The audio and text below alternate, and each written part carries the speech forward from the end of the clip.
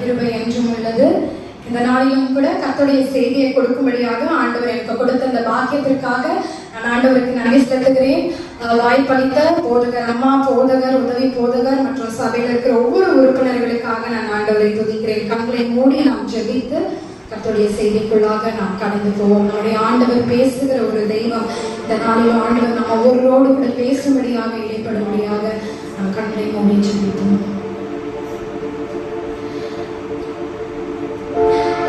பேசும் தெய்வம் நீ,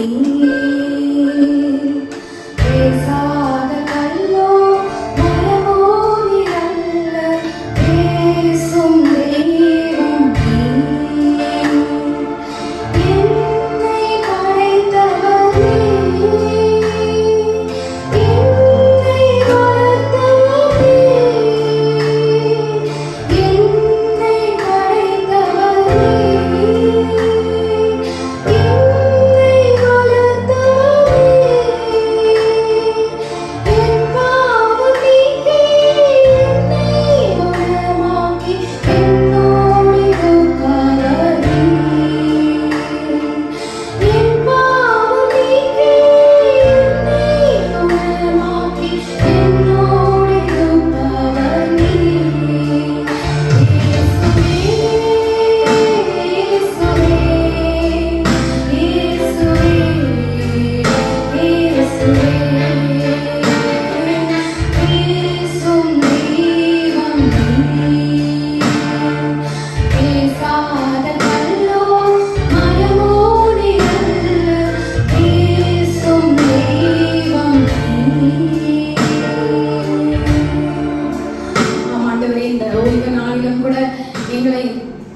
பரிசுத்த ஆலயத்திற்கு நீ கொண்டு வந்ததற்காக உனக்கு நாங்கள் நன்றி செலுத்துகிறோம். நீ பேசுகிற தெய்வம், பேசாத கல்லோ மரமோ அல்ல. இந்த நாளிலும் கூட உடைய சத்தத்தை நாங்கள் கேட்டு உடைய சித்தத்தை நாங்கள் செய்வதற்கு எங்களுக்கு அனுகிரகம் பாராட்டுவீராக. இயேசு கிறிஸ்துவின் நாமத்தில் பிதாவே, ஆமென், ஆமென். இந்த நாளிலும் நாம் கேட்க போகிற செய்தியின் தலைப்பு செருபாபேலின் பராக்கிரமம்.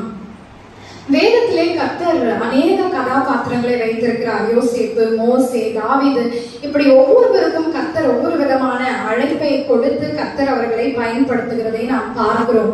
இந்த நாளிலும் நாம் வாசித்த இந்த சகரியா 4ஆம் அதிகாரத்திலே கர்த்தர் செருபாபேலை குறித்து அவனுக்கு கொடுத்த அந்த திட்டத்தை, அந்த தரிசனத்தை குறித்து நாம வாசிக்கிறோம். இந்த நாளிலும் செருபாபேலின் பராக்கிரமம் என்ற தலைப்பிலே 3 குறிப்புகளை உங்களோடு கூட நான் பகிர்ந்து கொள்ள விரும்புகிறேன்.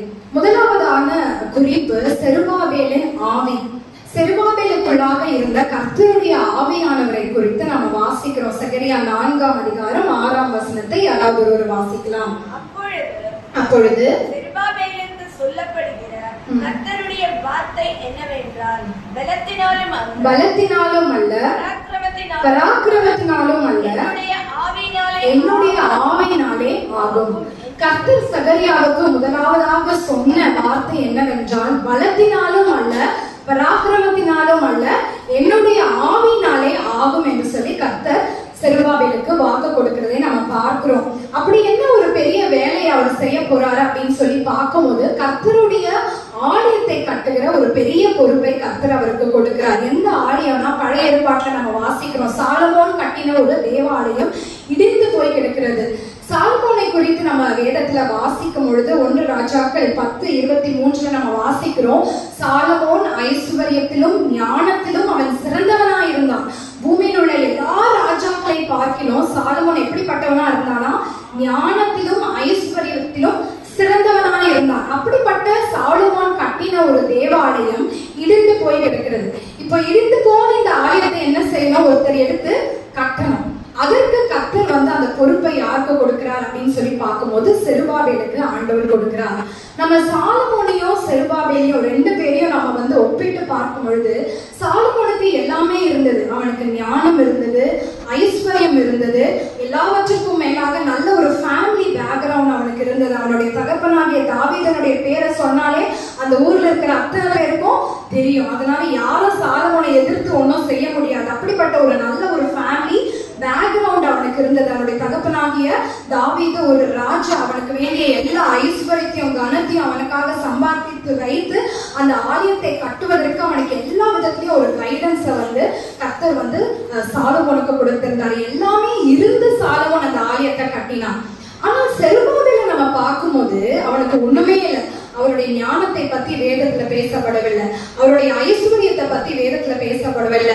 ஏன்னா அவருக்கு ஒரு நல்ல ஃபேமிலி பேக்ரவுண்ட் கூட கிடையாது. அவருடைய தகப்பனாகிய செயல்தியேல் அப்படின்னு சொன்னா நம்ம அநேகருக்கு அவங்க அப்பா பேரு யாரும் கூட தெரியாது.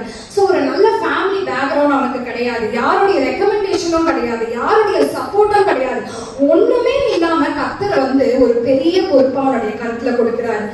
சாலமோனுக்கும் செருபாபேலுக்கும் என்ன வித்தியாசம்னா, அவன் எல்லாமே இருந்து கர்த்தருடைய ஆலயத்தை கட்டினான். ஆனால் செருபாபேல் எதுவுமே இல்லாம கர்த்தருடைய ஆலயத்தை கட்டும்படியாக கர்த்தர் அவரை அழைக்கிறத பார்க்கிறோம். அப்படி சோர்ந்து போன ஒரு நிலைமையில செருபாபேல் இருக்கும் பொழுதுதான் கர்த்தருடைய ஆவியானவர் அவரை பார்த்து சொல்லுகிறாரு, பலத்தினாலும் அல்ல, பராக்கிரமத்தினாலும் அல்ல, என்னுடைய ஆவியினாலே ஆகும். இதை எப்படி செய்ய முடியும்? அந்த ஆலயத்தை நான் எப்படி கட்ட முடியும்? சாலமோனுக்கு எல்லாம் இருந்தது, அவருக்கு ஐஸ்வர்யம் இருந்தது, பணம் இருந்தது, பேர் இருந்தது, புகழ் இருந்தது, அப்பா அம்மாவுடைய பேக்ரவுண்ட் இருந்தது, எல்லாமே இருந்து கட்டினார். ஆனா எனக்கு எதுவுமே இல்லையே, இதை நான் எப்படி கட்டுவேன் அப்படின்னு சொல்லும் பொழுதுதான் கர்த்தர் செருபாபேலை பார்த்து சொல்றாரு, உனக்கு எதுவுமே இல்லைனாலும் பரவாயில்ல, என்ன இருக்கு? கர்த்தருடைய ஆவி உனக்குள்ளாக இருக்கிறது.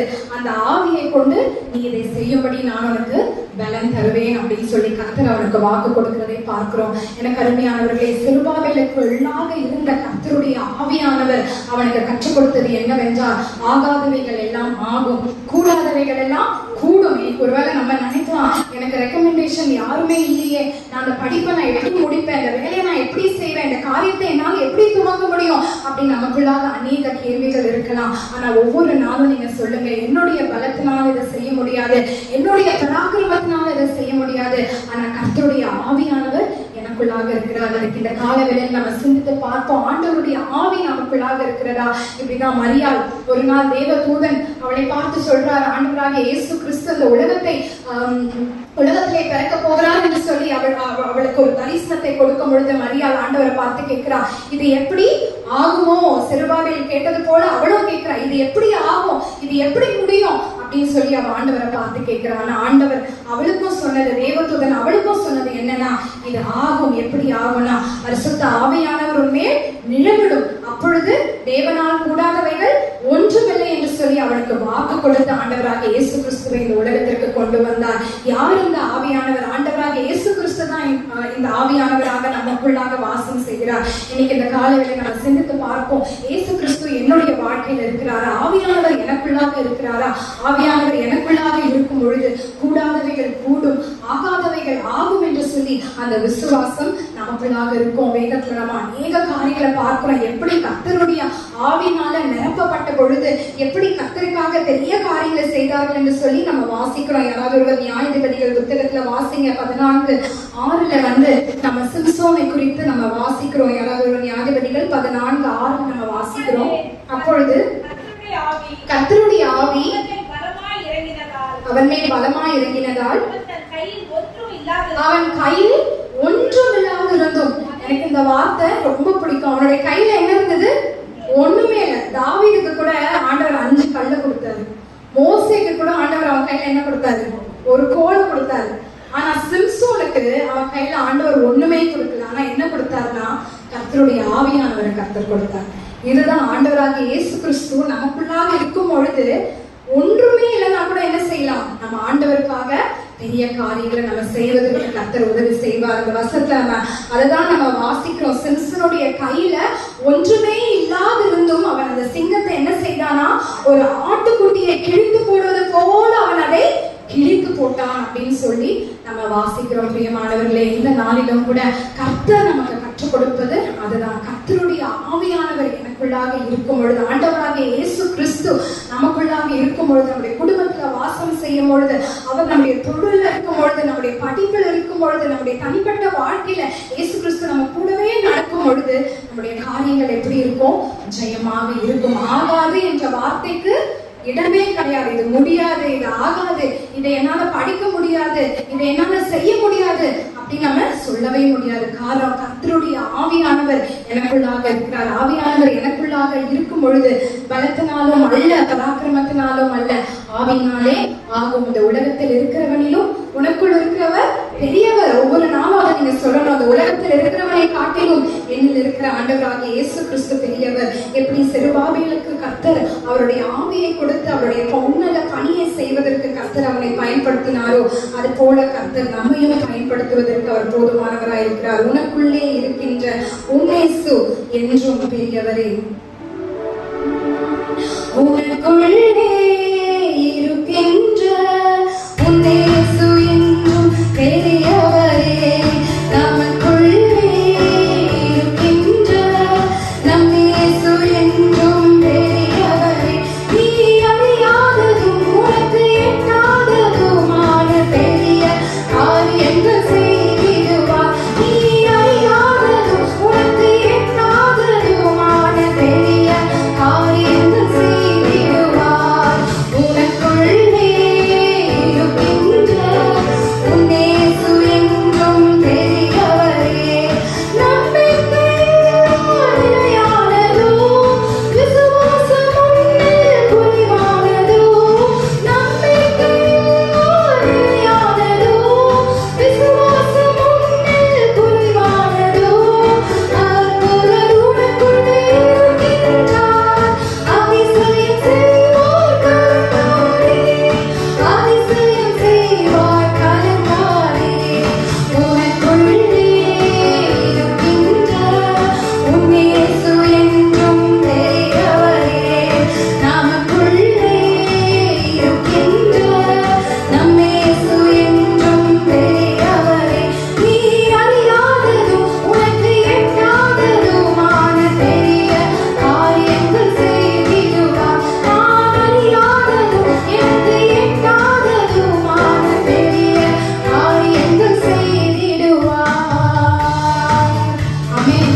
நாம் அறியாததும் நமக்கு எட்டாததுமான பெரிய காரியங்களை கர்த்தர் நமக்கு செய்கிற ஒரு தேவனாய் இருக்கிறார். இந்த நாளில கூட அந்த ஆலயத்தை விட்டு நம்ம போகும்பொழுது நம்ம ஆண்டவரத்தை கேட்போம், ஆண்டவரே நீர் எனக்கு வேண்டும், உம்முடைய ஆவி எனக்குள்ளாக இருக்கும் பொழுது ஆகாதவைகள் எல்லாம் ஆகும் என்று சொல்லி கர்த்தர் வாக்கு கொடுத்திருக்கிறார்.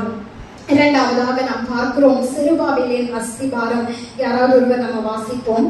சகரியா 4ஆம் அதிகாரம் 9ஆம் வசனம். செருபாபேலின் கைகள் இந்த ஆலயத்துக்கு அஸ்திவாரம் போட்டது. அவன் கைகளே இதை முடித்து தீர்க்கும். அதனால் சேனைகளின் கர்த்தர் என்னை உங்களிடத்திற்கு அனுப்பினார் என்று அறிவாய். பாருங்க, இந்த வசனத்துல நம்ம பார்க்கிறோம் செருபாபேலு அஸ்திபாரம். சகரியா 4:9 நம்ம வாசிக்கிறோம், செருபாபேலின் கைகள் இந்த ஆலயத்துக்கு என்ன செய்தது? அஸ்திபாரம் போட்டது. அவன் கைகளே அதை முடித்து தீர்க்கும். பாருங்க, இப்ப ஆலயத்துக்கான தரிசனத்தை கர்த்தர் கொடுத்து என்னுடைய ஆவினாலே ஆகும் என்று முதல்ல சொன்னார். இரண்டாவதாக கர்த்தர் என்ன செய்யறாருன்னா, அவனுடைய கைகளை கொண்டு கர்த்தர் அந்த ஆலயத்துக்கு ஒரு அஸ்திபாரத்தை அவனை போட வைக்கிறத நம்ம பார்க்கிறோம். ஒரு ஆலயத்தை அவன் கட்டுகிறான்.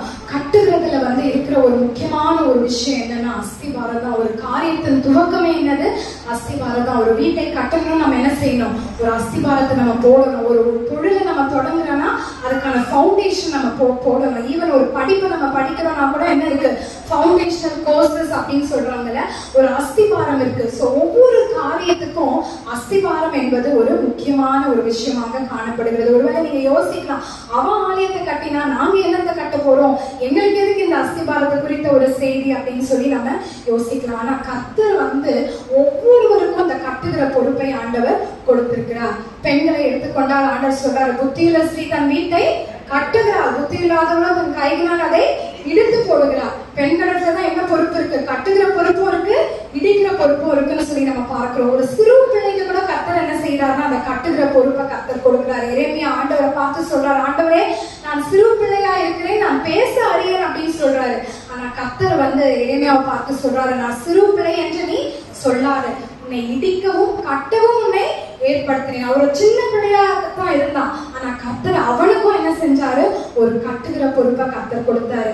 அது போல ஆண்களை நம்ம எடுத்துக்கொண்டோம்னா ஆண்களுக்கும் அந்த கட்டுகிற பொறுப்பை கர்த்தர் கொடுக்கிறாரு. ஏன்னா நம்ம வாசிக்கிறோம், புத்தியுள்ள மனுஷன் கண்மலையாகி கிறிஸ்துவின் மீது தன் வீட்டை கட்டுகிறான் அப்படின்னு சொல்லி நம்ம பார்க்கிறோம். அப்போ ஒவ்வொருவருக்கும் கர்த்தர் என்ன செய்யறாருன்னா அந்த கட்டுகிற பொறுப்பை கர்த்தர் கொடுத்திருக்கிறார். அப்ப நம்மளுடைய குடும்பங்கள்ல இருக்கிற ஒவ்வொருவரும் நம்ம குடும்பத்தை கட்டும் பொழுது நம்முடைய அஸ்திவாரம் எப்படி இருக்கிறது அப்படின்னு சொல்லி நம்ம சிந்தித்து பார்க்கும்படியாக நாம அழைக்கப்பட்டிருக்கிறோம். செருபாபேல் எப்படி அஸ்திவாரம் போட்டானா, கர்த்தருடைய கர்த்தருடைய வார்த்தையின் அடிப்படையிலே அவன் அந்த ஆலயத்துக்கு அஸ்திபாரத்தை போட்டான். அதுக்கு முன் வர வசனங்களை நம்ம வாசிக்கும் பொழுது நம்ம பார்க்கிறோம், செருபாபேலுக்கு கர்த்தருடைய வார்த்தை உண்டாகி அவன் எதையும் நம்பல, கர்த்தருடைய வார்த்தையை மட்டும் அவன் நம்பலாம். கர்த்தருடைய வார்த்தையின் அடிப்படையில் அவன் என்ன செஞ்சான்? அவன் அஸ்திபாரத்தை போட்டான். ஆகையால் தான் கர்த்தர் அவனை பார்த்து சொல்றாரு, அவனுடைய கைகள் அதை தொடங்கினது, அவன் கைகளை அதை முடிக்கும். எங்கேயோ பாதியில நிற்கல, எவ்வளோ தடைகள் வந்தது, எதிர்ப்புகள் வந்தது, ஆனாலும் கர்த்தருடைய கண்கள் அவன் மீது வைக்கப்பட்டிருந்ததுன்னு சொல்லி நம்ம வேதத்துல வாசிக்கிறோம். எஸ்ரா 4:6 போன்ற வசனம் நம்ம வாசிக்கும் பொழுது கர்த்தர் சொல்றார், அந்த வேலையை தடுக்காதபடிக்கு கர்த்தருடைய கண்கள் அவன் மேல் வைக்கப்பட்டிருந்தது. அப்ப பாருங்க, நம்ம கர்த்தருடைய வார்த்தையின் அடிப்படையில நம்மளுடைய குடும்பங்கள்ல நம்ம அஸ்திபாரத்தை போடும் பொழுது அந்த அஸ்திபாரம் எப்படி இருக்குமா? உறுதியாக இருக்கும் சொல்லி நம்ம வாசிக்கிறோம். யாராவது ஒரு வாசிங்க, லூக்கா 6:46 நம்ம வாசிக்கிறோம். இங்க ஒரு மனுஷன் அஸ்திபாரத்தை போடுகிறான், அதை குறித்து நம்ம வாசிக்கிறோம். லூக்கா 6:47 யாராவது ஒரு வாசிங்க. என்னிடத்தில் வந்து என் வார்த்தைகளை கேட்டு அவைகளின்படி செய்கிறவன் யாருக்கு ஒப்பாய் இருக்கிறான் என்று உங்களுக்கு காண்பிப்பேன். ஆழமாய் தோண்டி கற்பாறையின் மேல் அஸ்திபாரம் போட்டு வீடு கட்டுகிற மனுஷனுக்கு ஒப்பாய் இருக்கிறான். கற்பாறையின் மேல் அஸ்திபாரம் போட்டு வீடு கட்டின மனுஷனுக்கு ஒப்பாய் இருக்கிறான்னு சொல்லி நம்ம வாசிக்கிறோம். தொடர்ந்து அதை வாசிக்கும் பொழுது பெருமழை வந்தது, நீரோட்டம் வந்தது, ஆனாலும் அந்த வீடு எப்படி இருந்ததா? அசைக்கப்படாமல் இருந்தது அப்படின்னு சொல்லி நம்ம ஒரு மனுஷனை குறித்து பார்க்கிறோம். இங்க ஒரு அந்த புத்தியுள்ள மனுஷனை குறித்து நம்ம வாசிக்கிறோம். அவன் தன்னுடைய வீட்டை, தன்னுடைய குடும்பத்தை கட்டுகிறான். எப்படி கட்டுகிறானா? கர்த்தருடைய வார்த்தையின்படி அஸ்திபாரத்தை போட்டு அவனுடைய வீட்டை அவன் கட்டும் பொழுது என்ன ஆச்சா? பெருமெல்லாம் வந்தது, மழை வந்தது, ஆனாலும் அந்த வீடு எப்படி இருந்தது? அசைக்கப்படாமல் உறுதியாக இருந்தது அப்படின்னு சொல்லி நம்ம வாசிக்கிறோம். செருபாபேலின் அஸ்திபாரம் எப்படி உறுதியாக இருந்ததோ இங்கேயும் அந்த புத்தியுள்ள மனுஷனுடைய அஸ்திபாரம் உறுதியாக இருந்தது, அசைக்கப்படாமல் இருந்தது, அழியாமல் இருந்தது. ஏனென்றால் கர்த்தருடைய வார்த்தையின் அடிப்படையிலே அவன் அஸ்திபாரத்தை போட்டதை நாம பார்க்கிறோம். இன்னைக்கு நம்முடைய குடும்பங்கள்ல கர்த்தருடைய வார்த்தை இருக்கிறதா? ஒவ்வொரு நாளும் நம்ம குடும்பமாக ஆண்டவருடைய வார்த்தையை நம்ம வாசிக்கிறோமா, தியானிக்கிறோமா? நம்முடைய பிள்ளைகளுக்கு கர்த்தருடைய வார்த்தையை நாம கற்றுக் கொடுக்கிறோமா அப்படின்னு சொல்லி நம்ம சிந்தித்து பார்க்கும்படியாக நம்ம அழைக்கப்பட்டிருக்கிறோம். நேற்று என் பையன் என்ன கேட்டான், mummy did you study in any Bible college அப்படின்னு கேட்டான். நீங்க ஏதாவது வேதாகம கல்லூரியில படிச்சிருக்கீங்களா அப்படின்னு கேட்டான். நான் சொன்னேன், இல்ல நான் பைபிள் காலேஜ்ல எதுவும் படிக்கல. Then how can you preach the word of God அப்படின்னு சொல்லி அவன் என்ன கேட்டான். நான் சொன்னேன், நான் பைபிள் காலேஜ்ல படிக்கல, ஆனா God teaches me the word. கர்த்தர் எனக்கு வார்த்தையை கற்றுக் கொடுக்கிறாரு, அதை நான் பிரசங்கிக்கிறேன் அப்படின்னு சொல்லி நான் சொன்னேன். பாருங்க, 8 வயசுதான் ஆகுது, ஆனா அவனுக்குள்ள ஒரு இது, ஆண்டவருடைய வார்த்தையை நம்ம பிரசங்கிக்கணும்னா அதுக்கு ஒரு எலிஜிபிலிட்டி இருக்கணும், அதுக்கு ஒரு தகுதி இருக்கணும், அதுக்கு ஒரு படிப்பு இருக்கணும். எல்லாரும் போய் ஆண்டவருடைய வார்த்தைய பேசிட முடியாது அப்படின்ற ஒரு எண்ணத்தை கர்த்தர் உள்ளத்துல போடுறாரு. ஆனா பாருங்க, நான் நினைச்சு பார்த்தேன், எங்களுடைய அப்பா அம்மாலாம் பெரிய ஊழியக்காரர்கள் கிடையாது, அவங்க ஆண்டவருக்காக பெரிய செய்திகள் எல்லாம் அவங்க கொடுத்தது கிடையாது. ஆனா எங்களுக்கு சிறு வயது முதலே கர்த்தருடைய வார்த்தையை அவங்க கற்றுக் கொடுத்தாங்க. எங்க போனாலும் ஆண்டவருடைய வேதத்தை சுமந்து கொண்டு போனாலும் அவங்க கற்றுக் கொடுப்பாங்க. அது சர்ச்சுன்னு கிடையாது, ஒரு கடைக்கு போனா கூட, ஒரு ஷாப்பிங் மால் போனாலும் சரி, ஒரு சர்ச்சுக்கு போனாலும் சரி, சொந்தக்காரங்க வீட்டுக்கு போனாலும் சரி, எங்க 3 பேருடைய பேக்லயும் ஒரு சின்ன வேதாகமம் ஆகுது. மோஸ்ட் ஆஃப் த டைம் இருக்கும், சில நேரங்களை மறக்கலாம், ஆனா மோஸ்ட் ஆஃப் த டைம் எப்பவுமே நாங்க 3 பேருமே அந்த வேதத்தை சுமந்து கொண்டு போக வேண்டும் என்று சொல்லி அவர்கள் எங்களுக்கு சின்ன வயசுல இருந்தே கர்த்தருடைய வார்த்தையின்படி எங்களை வளர்த்தாங்க. இன்னைக்கு அதனாலதான் நான் நினைச்சு பார்த்தேன், ஆண்டவரே கர்த்தருடைய வார்த்தையை பிரசங்கிப்பதற்கு எனக்கு எந்த தகுதியும் கிடையாது. எங்களுடைய பெற்றோர்களோ முன்னோர்களோ ஆண்டவருடைய ஊழியத்தை செய்தவங்களோ வேதத்தை பிரசங்கித்தவர்களோ கிடையாது. ஆனா கர்த்தருடைய வார்த்தையை எங்களுக்கு கற்றுக் கொடுத்தாங்க. எங்களுடைய குடும்பம் கர்த்தருடைய வார்த்தையின் அடிப்படையிலேயே அஸ்திபாரம் போடப்பட்டிருந்தபடினால இன்னைக்கு கர்த்தர் எவ்வளோ இடங்களை கொண்டு போய் ஆண்டவருடைய வார்த்தையை பிரசங்கிக்கும்படியாக கர்த்தர் என்னை பயன்படுத்துகிறார். பிரியமானவர்களே, இந்த நாளிலும் கூட கர்த்தர் அதை உங்கள் ஒவ்வொருவருக்கும் கர்த்தர் செய்வார். நம்முடைய பிள்ளைகளுக்கு கர்த்தருடைய வார்த்தையை நம்ம போதிக்கணும். ஒருவேளை எனக்கும் 2 பிள்ளைகளும் இருக்கு, ஆகையால நான் அட்வைஸ் பண்ற அளவுக்கு எனக்கு பெரிய எக்ஸ்பீரியன்ஸ் இருக்கு நான் சொல்ல முடியாது. ஆனா ஒவ்வொரு காரியங்களையும் கர்த்தர் எனக்கு கற்றுக் கொடுக்கிறார். நான் வந்து இந்த வருஷம் துவங்கும் பொழுது நான் ஆண்டவர்களை கேட்டேன், ஆண்டவரே இந்த வருஷம் ஒரு வருஷத்துல 12 மாதங்கள் இருக்கிறது, ஜாக்கியாக்கு வந்து இந்த 12 monthsல நான் வந்து அவளுக்கு 12 சங்கீதத்தை நான் அவளுக்கு கற்றுக் கொடுக்கணும், அவ அதை மனப்பாடம் பண்ணணும் அப்படின்னு சொல்லி நான் வந்து என்ன செஞ்சேன், நான் வந்து முயற்சி எடுத்தேன். ஆனா பாருங்க, முதல் 5 மாதம் அதை நான் கடைப்பிடிச்சேன். கடைசி 2 மாசம் நாங்க டிராவலிங் இதெல்லாம் என்னால பண்ண முடியல. ஆனா அவளுக்கு 5 சங்கீதங்களை முதல் 5 மாதத்துல கற்றுக் கொடுக்க கர்த்தர் வந்து எனக்கு கிருபை கொடுத்தார். அவளும் அதை அழகா சொல்லுவா. சங்கீதம் 100, 121, 23, Psalm 126 and Psalm 23 5 சாப்டர்ஸை வந்து அவ மனப்பாடமாக சொல்ல கர்த்தர் வந்து அவளுக்கு கிருபை பாராட்டி இருக்கிறார். சோ அப்ப பாருங்க, அது போல எனக்கு ஜோபாஷ்க்கும் நான் சொல்றேன், அவ ஒரு சாப்டர் படிக்கிறா, நீ ஒரு நாளைக்கு ஒரு வசனமாக என்ன செய், நீ மனப்பாடம் பண்ணணும் அப்படின்னு சொல்லி. ஒவ்வொரு பிள்ளைகளுக்கும் நம்ம கர்த்தருடைய வார்த்தைகளை நம்ம கற்றுக் கொடுக்கும் பொழுது அவர்களுடைய வாழ்க்கைக்கு ஆசீர்வாதமாக இருக்கும். ஊழியத்துக்கு மாத்திரம் இல்ல, அவங்களுடைய படிப்புக்கு, அவருடைய எதிர்கால வாழ்க்கைக்கெல்லாம் இந்த வார்த்தை என்கிற அந்த அஸ்திபாரம் தான் அவங்களை நிலை நிற்கும்படி செய்யும். அதுதான் கர்த்தருடைய வார்த்தை சொல்லுகிறது.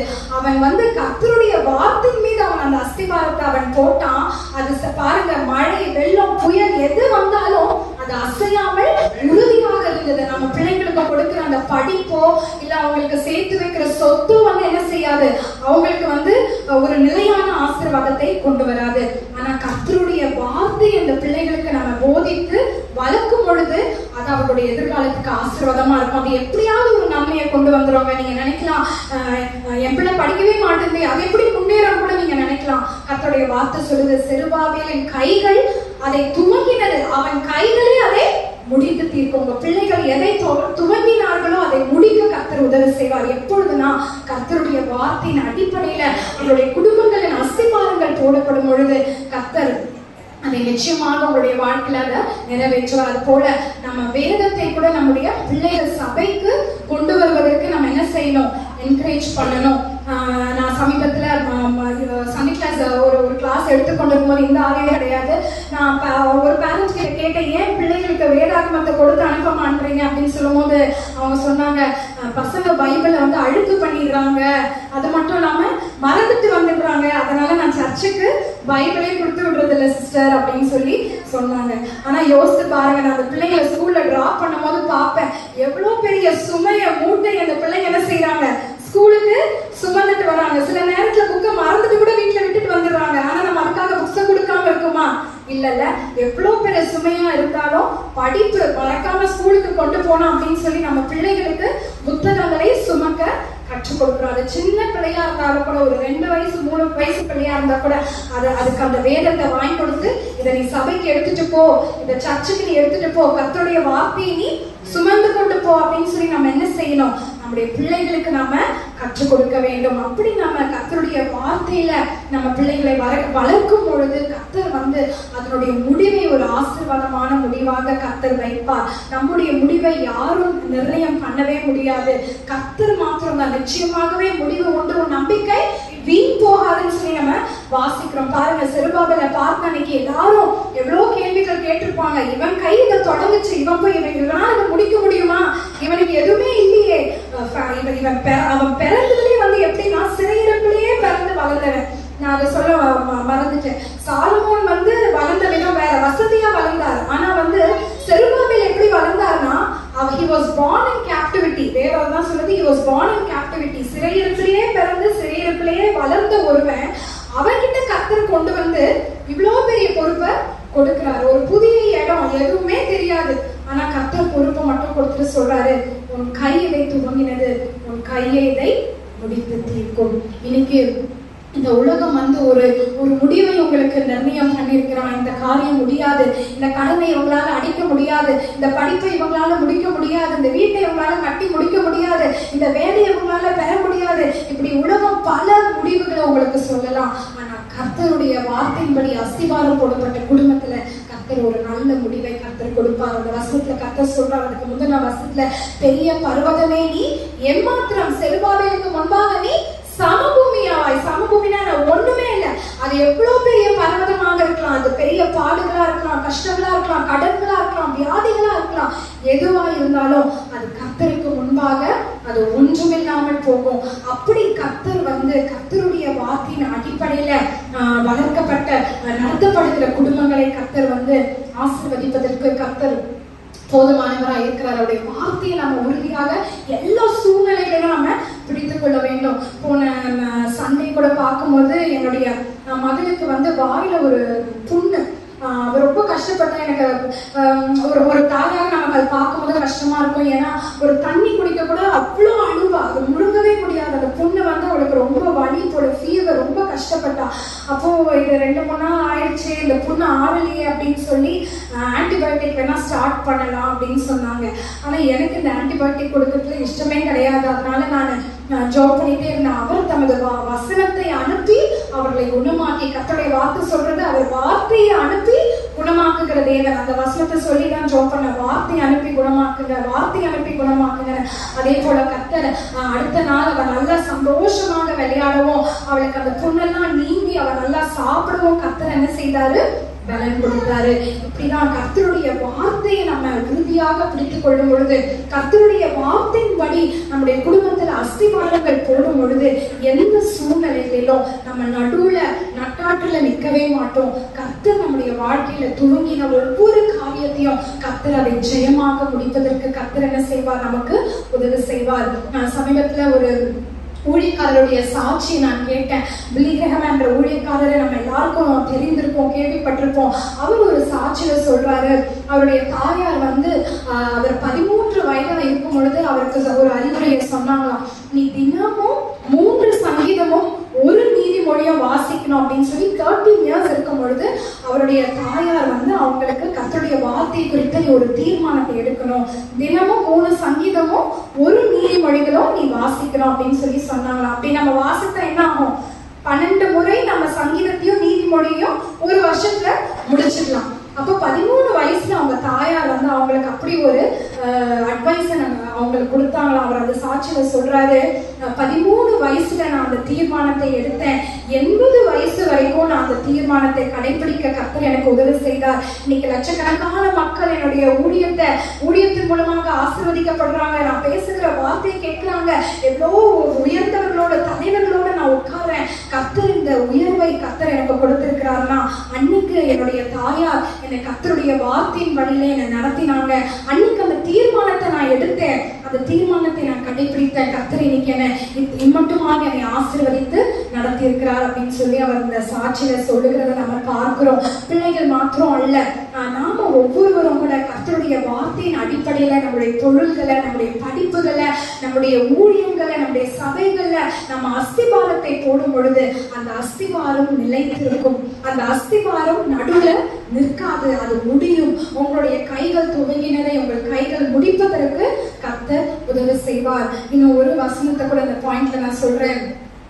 ஏசாயா 58:12 நம்ம வாசிக்கிறோம், தலைமுறையாக இருக்கும் அஸ்திபாரங்கள் மேல் நீ கட்டுவாய். எப்படி ஒரு ஆலயத்துக்கு, ஒரு வீட்டுக்கு அஸ்திபாரம் இருக்கிறதோ, அப்படி ஒவ்வொரு ஜெனரேஷனுக்கும் ஒரு அஸ்திபாரம் இருக்கிறது. தலைமுறைக்காக கர்த்தர் ஒரு அஸ்திபாரத்தை வைத்திருக்கிறார். ஒருவேளை இந்த கல்வாரி சபையை நம்ம எடுத்துக்கணும்னா, இந்த சபைக்கு அஸ்திபாரத்தை போட்டது யாரு? நம்முடைய தலைமை போதகர் பாஸ்டர் பரமானந்தம் அவர்கள் இந்த சபைக்கு ஒரு அஸ்திபாரத்தை போட்டிருக்கிறார். இந்த அஸ்திபாரம் எப்படிப்பட்ட ஒரு அஸ்திபாரம்? தலைமுறையான ஒரு அஸ்திபாரம். அவருக்கு பிறகு அவருடைய பிள்ளைகள், பேர குழந்தைகள், அவருடைய குடும்பத்தின் மக்கள் என்று சொல்லி தலைமுறையாக இந்த ஊழியத்தை எடுத்து கட்ட கர்த்தர் என்ன செய்வார்? ஒரு கிருபையை கர்த்தர் கொடுப்பார். அப்படிதான் இன்னைக்கு நாம ஒவ்வொருவரும் நம்முடைய ஜெனரேஷன்ஸ்க்கு, நம்முடைய தலைமுறைகளுக்கு எப்படிப்பட்ட ஒரு அஸ்திவாரத்தை நம்ம போட்டிருக்கோம். நமக்கு பிறகு நம்முடைய பிள்ளைங்க எப்படி செய்வாங்க? எங்க அப்பா அம்மா மாதிரி நான் ஊழியம் செய்வேன், எங்க அப்பா அம்மா மாதிரி நான் நல்லா படிச்சிருப்பேன், எங்க அப்பா அம்மா மாதிரி நான் கீழ்ப்படிஞ்சிருப்பேன். இப்படி தலைமுறையாக நம்முடைய வாழ்க்கையில அஸ்திபாரங்கள் நிலைநிற்கும்படி, கட்டப்படும்படி கர்த்தர் நமக்கு உதவி செய்வார். ஆகையால செருபாபேலின் அஸ்திபாரம் உறுதியாக இருந்தது, செருபாபேலின் அஸ்திபாரம் நிலைத்திருந்தது, செருபாபேலின் அஸ்திபாரம் அழியாமல் இருந்தது. காரணம், அவன் கர்த்தருடைய வார்த்தையின்படி அந்த அஸ்திபாரத்தை போட்டான். இன்றைக்கும் கூட நாம ஒவ்வொருவரும் கர்த்தருடைய வார்த்தையின் அடிப்படையில நம்ம அஸ்திபாரத்தை போடும் பொழுது கர்த்தர் நம்மை ஆசீர்வதிப்பார். அவருடைய வார்த்தையை நம்ம நம்புவோம். சிறியவனை புழுதென்று எடுத்து எரியவனை குப்பையிலிருந்து உயர்த்துகிற தேவன். ஆகையால இஸ்ரவேல் கர்த்தரை நம்பி இருப்பதாக சொல்லி நம்ம வாசிக்கிறோம். அவருடைய வார்த்தையின் மீது நம்ம நம்பிக்கையை வைத்து நம்ம அஸ்திபாரத்தை போடும் பொழுது கர்த்தர் நம்முடைய அஸ்திபாரத்தை நிலைத்திருக்கும்படி செய்வார். இஸ்ரவேலே கர்த்தரை நம்பு, இஸ்ரவேலே கர்த்தரை நம்பு, கர்த்தரை நம்பு, கர்த்தரை நம்பு. இஸ்ரவேலே அவரும் துணையும் கேடகமானவர், அவரும் துணையும் கேடகமானவர்.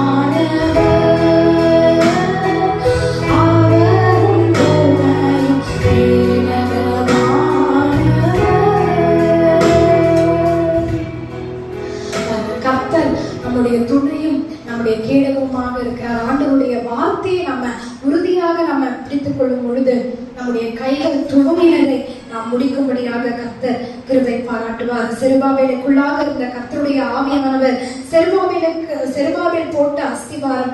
மூன்றாவது குறிப்பு செருபாபேலின் ஆரம்பம்.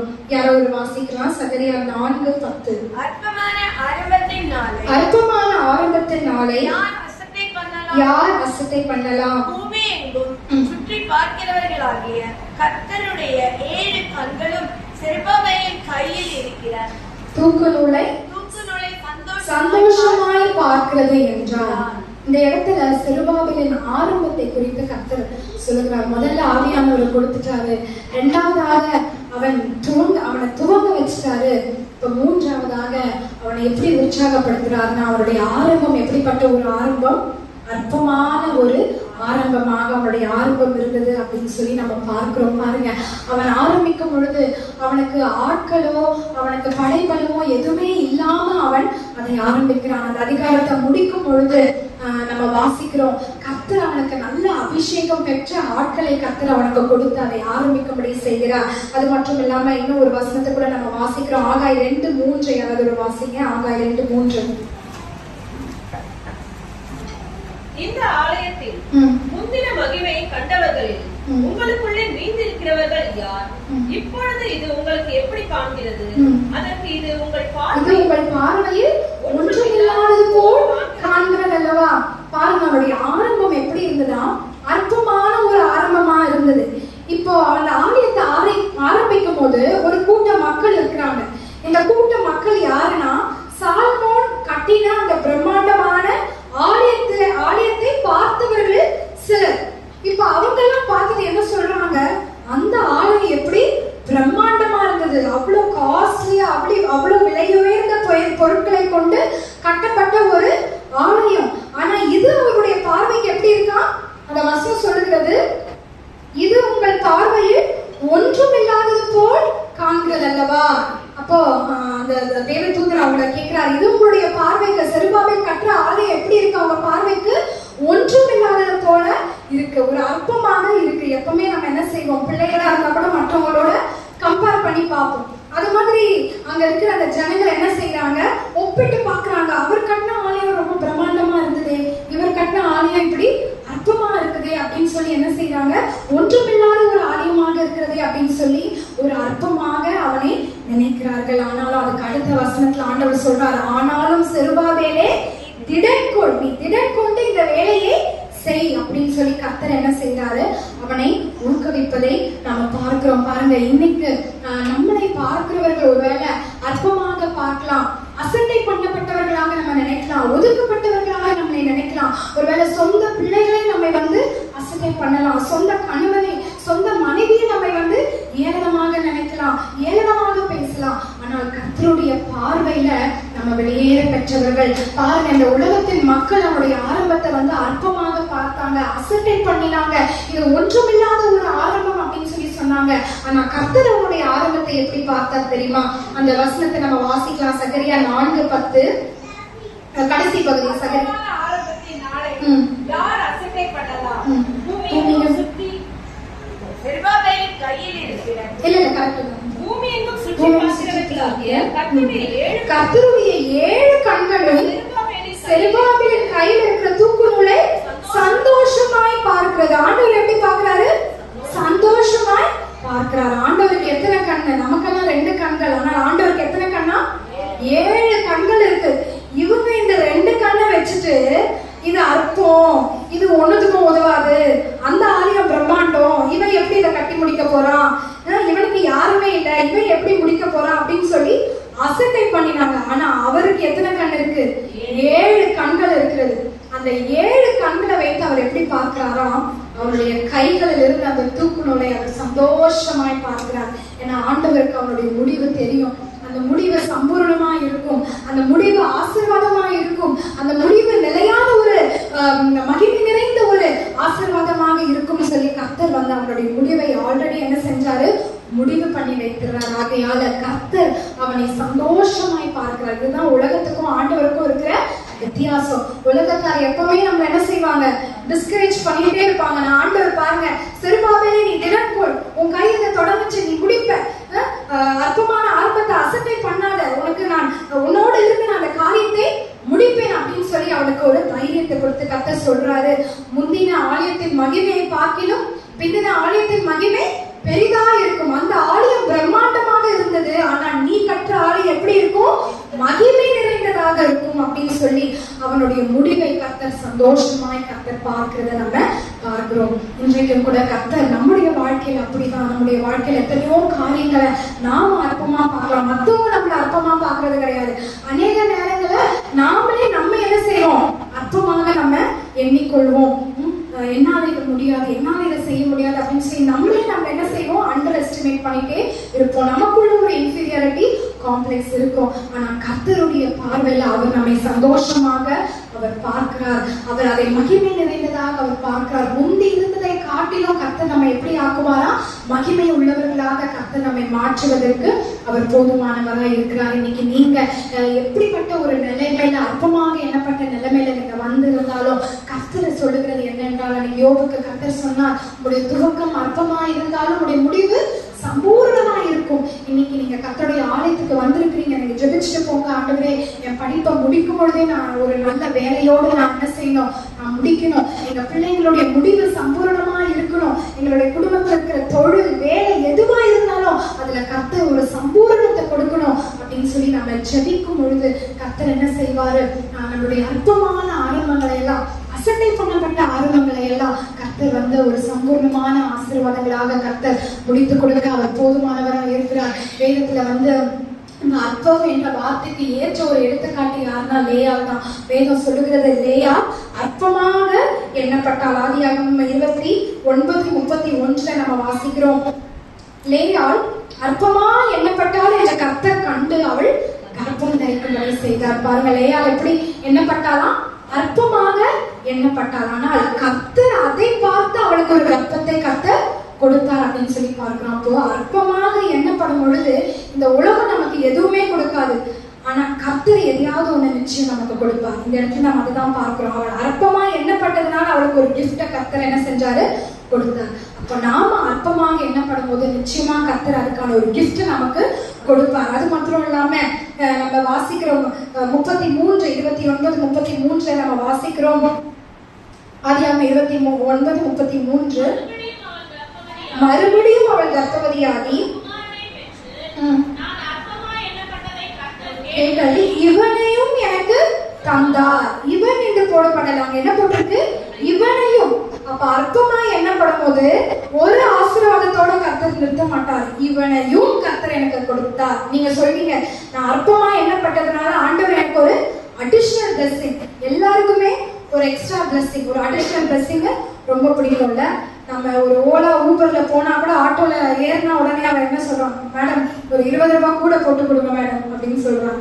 ஸோ எல்லாருக்கும் அந்த எக்ஸ்ட்ரா ஆசீர்வாதம் ரொம்ப பிடிக்கும். அப்படிதான் கர்த்தர் அற்பமாய் நம்ம எண்ணப்படும் பொழுது ஒரு ஆசீர்வாதத்தோட கர்த்தர் நிறுத்த மாட்டாரு. அந்த வசனத்தை நம்ம வாசிக்கிறோம். அவர் சொல்றார், கர்த்தர் நான் அற்பமா எண்ணப்பட்டதனால் இவனையும் கர்த்தர் எனக்கு கொடுத்தார், இதையும் கர்த்தர் எனக்கு கொடுத்தார். அப்போ உன்னோட கர்த்தர் நிறுத்த மாட்டாரு. அற்பமா எண்ணப்படும் போது மேலும் மேலும் கர்த்தர் நம்மை ஆசீர்வதித்து ஒரு மகிமையான ஒரு வாழ்க்கையை, ஒரு நிறைவான வாழ்க்கையை கர்த்தர் அவளுக்கு கொடுப்பார். நான் ஏன் இந்த எடுத்துக்காட்ட சொன்னா, இதுவும் ஒரு ஆரம்பம் தான். லேயா அவளுடைய குடும்ப வாழ்க்கையை ஆரம்பிக்கிறார். She starting her family life. அவங்க குடும்பத்தை ஆரம்பிக்கிற அப்பதான் எவ்வளவு எதிர்பார்ப்போடு அவள் இருப்பா. ஆனா அவளுடைய ஆரம்பம் ஒரு அற்பமான ஒரு ஆரம்பமாக தான் இருந்தது. ஆனா அவளுடைய முடிவு பாருங்க. அவங்க அதிகாரத்தை முடிக்கும் போது சொல்றா, கர்த்தரை நான் துதிப்பேன் என்று சொல்லி அவனுக்கு யூதா என்று பெயரிட்டான் அப்படின்னு சொல்லி சொல்றா. எது வரைக்கும் கர்த்தர் அவளை ஆசீர்வதிச்சார்னா, அவ புலம்பி என் புருஷன் என்னை நேசிப்பார், நான் சிறுமைப்பட்டவள், நான் அற்பமா எண்ணப்பட்டவள், இப்படி சொல்லி புலம்பி கடைசியில நான் கர்த்தரை துதிப்பேன் என்று சொல்லுகிற வரைக்கும் கர்த்தர் என்ன செய்யறார், அவளை ஆசீர்வதிக்கிறார். இதுதான் அற்பமா எண்ணப்படும் பொழுது கர்த்தர் நம்முடைய வாழ்க்கையில கொடுக்கிற ஒரு ஆசீர்வாதம். உங்க புலம்பல்கள் எல்லாம் மாறி நீங்க கர்த்தரை துதிக்கிற வரைக்கும் கர்த்தர் உங்களை ஆசீர்வதிப்பார். லேயாளுடைய ஆரம்பம் அற்பமான ஆரம்பமாக தான் இருந்தது. ஆனால் கர்த்தர் அவளுடைய முடிவை எப்படி வைச்சிருந்தார்னா, அவளுக்கு ஒரு யூதாவை கொடுத்து அவளுடைய வழியாக தான் ஆண்டவராகிய இயேசு கிறிஸ்து பிறக்கிறத நம்ம பார்க்கிறோம். அவளுடைய வழியில ஆண்டவராகிய இயேசு கிறிஸ்துவை கர்த்தர் கொண்டு வர. அப்ப பாருங்க, அவளுடைய முடிவு எவ்வளவு ஒரு சம்பூர்ணமான முடிவாக இருந்தது, ஒரு ஆசீர்வாதமான ஒரு முடிவாக இருந்தது. இந்த நாளில் கூட பல எதிர்பார்ப்புகளோடு, பல தேவைகளோடு, பல கஷ்டங்களோடு அற்பமாக எண்ணப்பட்ட நிலைமையில நம்ம வந்திருக்கலாம். நம்முடைய முடிவு என்ன என்று தெரியாமல் நம்ம வந்திருக்கலாம். பலவீனங்களோடு வந்திருக்கலாம், வியாதிகளோடு வந்திருக்கலாம். ஆனா நீங்க ஒவ்வொரு நாளும் ஆண்டவரை பார்த்து சொல்லுங்க, ஆண்டவரை என்னுடைய பலத்தினாலோ என்னுடைய பராக்கிரமத்தினாலோ அல்ல, உம்முடைய ஆவியினாலே ஆகும். ஒவ்வொரு நாளும் சொல்லுங்க, பெரிய பர்வதமே நீ எம்மாத்திரம், பெரிய வியாதியே நீ எம்மாத்திரம், பெரிய கடனே நீ எம்மாத்திரம் அப்படின்னு சொல்லி நமக்கு வருகிற எல்லா சவால்களையும் நம்ம கர்த்தருடைய வார்த்தையை கொண்டு நம்ம மேற்கொண்டு நம்முடைய வாழ்க்கையை நம்ம வாழும் பொழுது நம்முடைய அஸ்திவாரங்கள் உறுதியாக இருக்கும், நம்முடைய முடிவு மகிமையுள்ளதாக இருக்கும். அற்பமான ஆரம்பங்களை எல்லாம் கர்த்தர் ஆசீர்வாதமான முடிவாக நமக்கு அருள்வதற்கு கர்த்தர் போதுமானவராக இருக்கிறார். இந்த நாளிலும் கூட செருபாபேலை குறித்து நம்ம 3 காரியங்களை நம்ம பார்த்தோம். செருபாபேலுக்குள்ளாக இருந்த கர்த்தருடைய ஆவியானவர் நமக்கு கற்றுக் கொடுப்பது என்னவென்றால், ஆகாதவைகள் ஆகும், கூடாதவைகள் கூடும். இரண்டாவதாக செருபாபேலின் அஸ்திபாரம் நமக்கு கற்றுக் கொடுப்பது என்னவென்றால், துவங்கினதை நம்முடைய வாழ்க்கையில் அவர் முடிக்கிற ஒரு தேவனாக இருக்கிறார். நம்முடைய அஸ்திபாரம் நிலையாக இருக்கும், நம்முடைய அஸ்திபாரம் உறுதியாக இருக்கும். நாம் துவங்கினதை அவர் முடிக்க கர்த்தர் கிருபை பாராட்டுவார். கடைசியாக செருபாபேலின் ஆரம்பம் நமக்கு கற்றுக் கொடுப்பது என்னவென்றால், நம்முடைய ஒவ்வொரு அற்பமான ஆரம்பங்களையும் அவர் முடிக்கிறவர் மாத்திரமல்ல, அதை மகிமையாக முடிக்கிறவர், அதை வெற்றியாக முடிக்கிறவர், அதை ஆசீர்வாதமாக முடிக்கிறவர், அதை ஜெயமாக முடிக்கிறவர் நம்மோடு கூட இருக்கிறார். எனவே கண்களை மூடி நாம் இந்த வேளையில நாம் ஜெபித்தோம். செருபாபேலுக்குள்ளாக இருந்த அந்த ஆவியானவர், ஆண்டவரே நீர் எங்களுக்குள்ளாக வாரும், எங்களுடைய குடும்பத்தின் அஸ்திபாரம் உறுதியாக இருப்பதற்கு, நிலையாக இருப்பதற்கு ஆண்டவரே நீர் எங்களுக்கு அருள் புரியும் என்று சொல்லி நம்ம எல்லாரும் கண்களை மூடி நம்ம ஜெபித்து இந்த செய்தி வேலையை நம்ம முடிப்போம். எனக்கென்று ஒருவர் இருக்கிறார், அந்த உலகத்தில் இருக்கிறவனிலும் எனக்குள்ளாக இருக்கிறவர் பெரியவர். எல்லாரும் நம்ம கேட்போம், ஆண்டவரே நீர் எங்களுக்குள்ளாக வாரும், உங்களுடைய வார்த்தை எங்களுக்குள்ளாக இருக்கட்டும். எங்களுடைய கண்ணீரை நீர் காண்கிற தேவன், எங்கள் வேதனைகளை நீர் அறிகிற தேவன், எங்களை நடத்துகிற தேவன். எனக்கு ஒரு